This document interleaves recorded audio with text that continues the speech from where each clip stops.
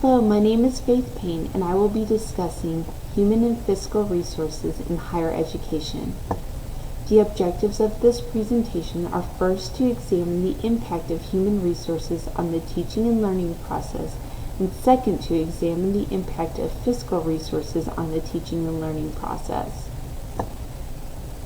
It is essential for an institution of higher education to have both faculty to teach the students and the financial resources to meet the students' needs. The institution of higher education must find a way to maximize both of these resources to provide the student with the best possible education. Each of these topics will be examined independently and then together. First, let's examine the role of human resources on institutional effectiveness. Meadows stated that there were a few key questions that should be asked when managing human and fiscal resources. These questions are: who is teaching, what to whom, and at what cost? Which faculty are teaching which courses, and what is the magnitude of the expenditures for the institutional function?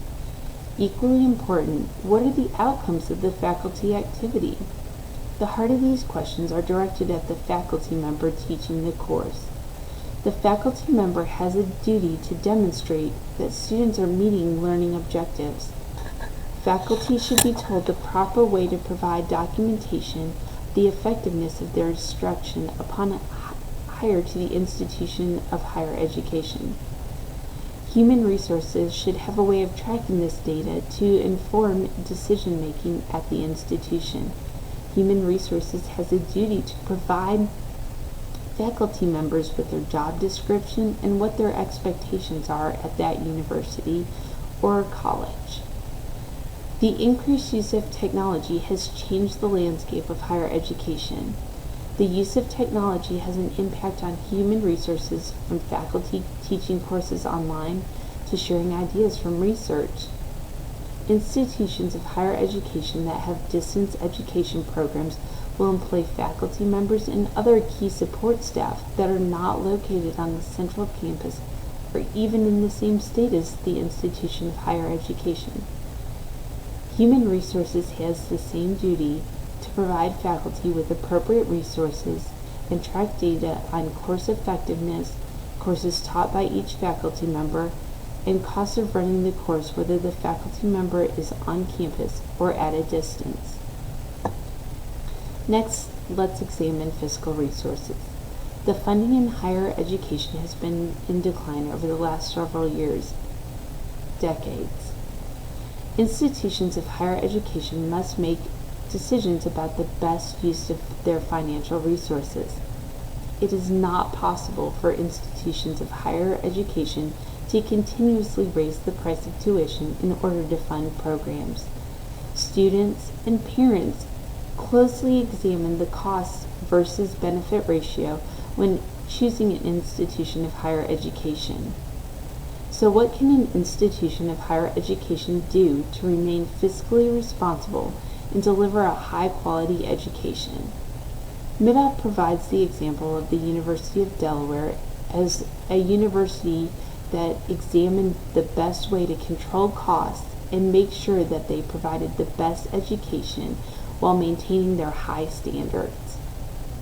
Meadows stated that one of the ways that the University of Delaware cut internal costs was to outsource functions that were not critical to the institutional mission, but were a budget item at the institution.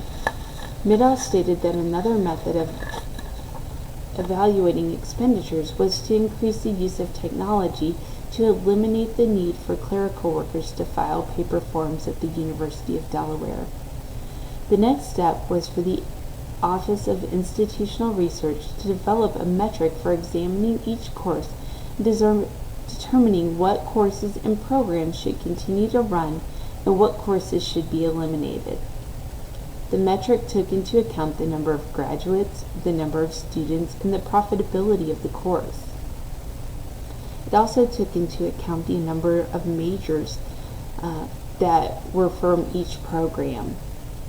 If the Office of Institutional Research examines the profitability of each course taken out of context, Courses may be cut that should not be cut due to the necessity of the course for students to complete their degree. Middle states that one method of determining whether or not a course should run is to examine the course according to how it fulfills the institution's mission of teaching, research, and service. Managing human and physical resources is a challenging job for any institution of higher education. The decision to keep or discard a program should not be made hastily. The Office of Institutional Data of Institutional Effectiveness should have the appropriate data to make an informed decision concerning faculty and courses.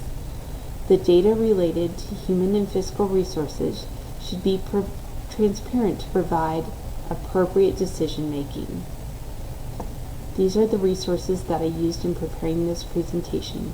Thank you for your time.